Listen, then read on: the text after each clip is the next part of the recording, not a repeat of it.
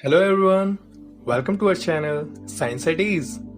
अगर आप हमारे चैनल पर नए हैं तो हमारे चैनल को सब्सक्राइब करके बेल आइकन को जरूर दबा दीजिए ताकि हम जैसे कोई न्यू वीडियो डालें तो आपको उसका नोटिफिकेशन मिल जाए। तो चलिए विदाउट वेस्टिंग टाइम वीडियो को शुरू करते हैं। तो आज की वीडियो में हम डिस्कस करेंगे मैटर इन सराउंडिंग्स का पार्ट 2। अगर आपने इसका पार्ट 1 नहीं देखा है तो वो देख लीजिए, उसका लिंक डिस्क्रिप्शन में है। तो आज का हमारा सबसे पहला टॉपिक है change in state of matter. क्या मैटर अपनी स्टेट चेंज कर सकती है? तो इसका आंसर है हाँ। मैटर की स्टेट्स को चेंज करने के दो तरीके हैं। पहला चेंज इन टेम्परेचर और दूसरा चेंज इन प्रेशर। तो चलिए सबसे पहला तरीका पढ़ते हैं, effect of change of temperature. अगर आप मैटर का टेम्परेचर बढ़ाते हैं तो मैटर के जो पार्टिकल्स होते हैं उनकी जो काइनेटिक एनर्जी होती है वो भी बढ़ जाएगी। टेम्परेचर बढ़ेगा तो उनकी काइनेटिक एनर्जी भी बढ़ जाएगी, जिसकी वजह से जो पार्टिकल्स होंगे वो बहुत तेजी से मूव करने लगेंगे और जिसकी वजह से क्या होगा, पार्टिकल्स के बीच में जो फोर्स ऑफ अट्रैक्शन है वो कम होने लगेगा और जिसकी वजह से पार्टिकल्स एक दूसरे से डिटैच यानी अलग होना शुरू कर देंगे अपनी पोजीशन से और फिर फ्रीली मूव करना वो शुरू कर देंगे, जिसकी वजह से मैटर की जो स्टेट है वो चेंज होना शुरू हो जाएगी। यानी कि अगर कुछ सॉलिड है तो सॉलिड से वो लिक्विड में चेंज हो जाएगा और लिक्विड है तो लिक्विड से वो गैस स्टेट में चेंज हो जाएगा मैटर। इस इफेक्ट से रिलेटेड कुछ टर्म्स हैं हमारी जिनको भी हम डिस्कस करेंगे। जैसे सबसे पहले मेल्टिंग पॉइंट यानी MP. The melting point of a solid is defined as the temperature at which solid melts to become liquid at the atmospheric pressure। यानी मेल्टिंग पॉइंट वो टेम्परेचर है जिस पर एक सॉलिड पिघलना शुरू कर देती है लिक्विड बनने के लिए eight the atmospheric pressure. For example MP of water is 0 degree Celsius.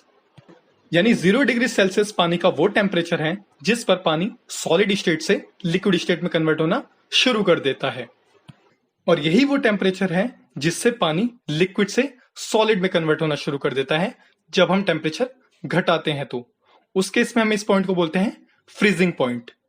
यानी किसी भी सब्सटेंस का फ्रीजिंग पॉइंट और मेल्टिंग पॉइंट सेम होता है और इस टाइम पर, इस मोमेंट पर यानी एमपी पर, ये दोनों फेजेस सॉलिड और लिक्विड जो होते हैं वो इक्विलिब्रियम में होते हैं। यानी इस पॉइंट पर सॉलिड और लिक्विड स्टेट दोनों स्टेट साइमल्टेनियसली यानी एक साथ एग्जिस्ट करती हैं एमपी पर।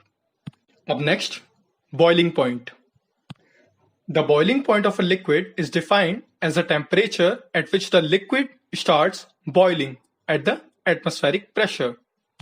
यानी बॉइलिंग पॉइंट वो टेम्परेचर होता है जिस पे जो लिक्विड है वो उबलना शुरू कर देती है एटमॉस्फेरिक प्रेशर पे। For example boiling point of water is 100 degree Celsius. यानी जैसे आप पानी को 100 डिग्री सेल्सियस का टेम्परेचर दोगे तो वो उबलना शुरू कर देगा। Latent heat.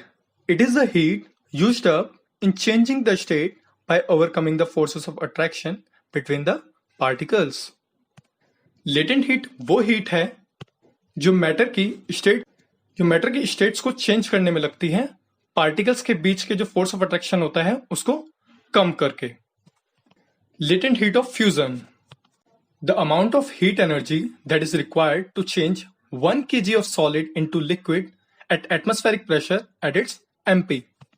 यानी जितनी हीट एनर्जी 1 kg यानी 1 kg सॉलिड को लिक्विड में कन्वर्ट करने पर लगती है एट एटमॉस्फेरिक प्रेशर उसके MP पर, वो अमाउंट ऑफ हीट एनर्जी कहलाती है latent heat of fusion. Latent heat of vaporisation. अब ये वो अमाउंट ऑफ हीट एनर्जी है जो 1 kg लिक्विड को गैस में कन्वर्ट करने पर लगती है at atmospheric pressure at its BP, यानी एटमॉस्फेरिक प्रेशर और उसके बॉइलिंग पॉइंट पर। अब हम पढ़ते हैं effect of change of pressure, यानी मैटर के स्टेट्स को चेंज करने का दूसरा तरीका। अगर हम मैटर पर प्रेशर अप्लाई करते हैं कम टेम्परेचर पे तो उस मैटर के जो पार्टिकल्स होते हैं उन पार्टिकल्स के बीच में जो स्पेस होता है वो कम होने लगेगा, यानी पार्टिकल्स आसपास आने लगेंगे, जिसकी वजह से मैटर की जो स्टेट है वो चेंज हो जाएगी।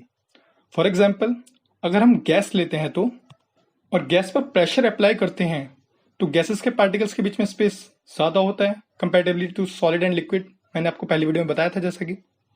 तो प्रेशर अप्लाई करने पर गैस के जो पार्टिकल्स हैं वो आसपास आ जाएंगे, तो उसके पार्टिकल्स का जो अरेंजमेंट है वो लिक्विड जैसा हो जाएगा, जिसकी वजह से जो गैस है वो लिक्विड में कन्वर्ट हो जाएगी। यानी कि applying pressure and reducing temperature can liquefy gases. यानी प्रेशर अप्लाई करने पर और टेम्परेचर कम करने पर हम गैसेस को लिक्विफाई कर सकते हैं। और ये है हमारा फ्लो चार्ट मैटर की तीनों स्टेट्स के इंटर कन्वर्जन का, जिसमें हमें इनके इंटर कन्वर्जन के प्रोसेसेस के नाम बताए हुए हैं। जैसे सॉलिड से लिक्विड को चेंज करने की जो प्रोसेस होती है उसको हम बोलते हैं फ्यूजन, और लिक्विड से गैसेस में कन्वर्ट होने की प्रोसेस को जो बोलते हैं हम वो कहते हैं vaporisation.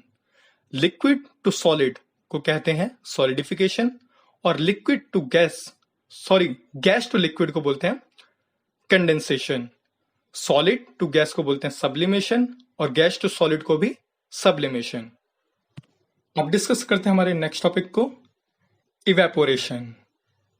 The phenomenon of change of a liquid into vapors at any temperature below its boiling point is called evaporation। यानी बॉइलिंग पॉइंट से नीचे किसी भी टेम्परेचर पे लिक्विड से वेपर में कन्वर्ट होने के प्रोसेस को बोलते हैं इवेपोरेशन। यानी साधारण भाषा में कहूं तो मैं पानी का भाप बनकर उड़ जाना। जैसा कि आपने देखा होगा बारिश के टाइम पर हमारी सड़क गीली हो जाती है, बट कुछ ही घंटों बाद बारिश के रुकने के वो पानी गायब हो जाता है। तो किस प्रोसेस से? वो इवेपोरेशन के प्रोसेस से वो भाप बनकर उड़ जाता है। Factors affecting evaporation. अब वो क्या क्या फैक्टर्स हैं जो इवेपोरेशन को अफेक्ट करते हैं? सबसे पहला टेम्परेचर। अगर टेम्परेचर बढ़ेगा तो रेट ऑफ इवेपोरेशन भी बढ़ेगा, यानी टेम्परेचर बढ़ेगा तो इवेपोरेशन ज्यादा होगा। Second, surface area. Surface area बढ़ा होगा तो तब भी रेट ऑफ इवेपोरेशन ज्यादा होगा। यानी अगर आप पानी को फैला देते हो, यानी उसका सरफेस एरिया बढ़ा दोगे तो इवेपोरेशन जल्दी होगा और तेजी से होगा। Third, humidity. जितनी ज्यादा ह्यूमिडिटी होगी इवेपोरेशन उतना कम होगा। Fourth, wind speed. Wind speed भी जितनी ज्यादा तेज होगी रेट ऑफ इवेपोरेशन उतना ज्यादा होगा। जितनी तेज हवा चलेगी उतनी तेजी से इवेपोरेशन होगा। अब डिस्कस करते हैं cooling effect due to evaporation. Evaporation के दौरान लिक्विड के जो पार्टिकल्स होते हैं वो अपने सराउंडिंग से यानी अपने आसपास से हीट एनर्जी ऑब्जॉर्ब कर लेते हैं, और फिर क्या हो जाता है, गैसेस स्टेट में वो चेंज हो जाते हैं, यानी फेस चेंज कर लेते हैं, वो गैसेस स्टेट में कन्वर्ट हो जाते हैं। और इसी एब्जॉर्प्शन ऑफ हीट की वजह से वो सराउंडिंग को क्या कर देते हैं, कूल कर देते हैं, यानी सराउंडिंग की गर्मी को एब्जॉर्ब करके वो उड़ जाते हैं, भाप बन जाते हैं, जिसकी वजह से सराउंडिंग ठंडी हो जाती है। फॉर एग्जाम्पल आपने देखा होगा अगर आपके हाथ पर थिनर गिरता है तो उसके बाद आपको हाथ में ठंडा ठंडा महसूस होता है। ऐसा क्यों होता है? क्योंकि जो थिनर है वो आपके हाथ की यानी आपके फिंगर की हीट एनर्जी को एब्जॉर्ब कर लेता है, और उस हीट एनर्जी को एब्जॉर्ब करके वो भाप बनकर उड़ जाता है, जिसकी वजह से आपके हाथ यानी हाथ की फिंगर ठंडी पड़ जाती है। तो यही था कूलिंग इफेक्ट इवेपोरेशन का। तो बस आज की वीडियो में इतना ही। वीडियो को पूरी देखने के लिए थैंक्स। और अगर वीडियो अच्छी लगी हो आपको तो वीडियो को लाइक जरूर कीजिए और शेयर कीजिए अपने फ्रेंड्स के साथ।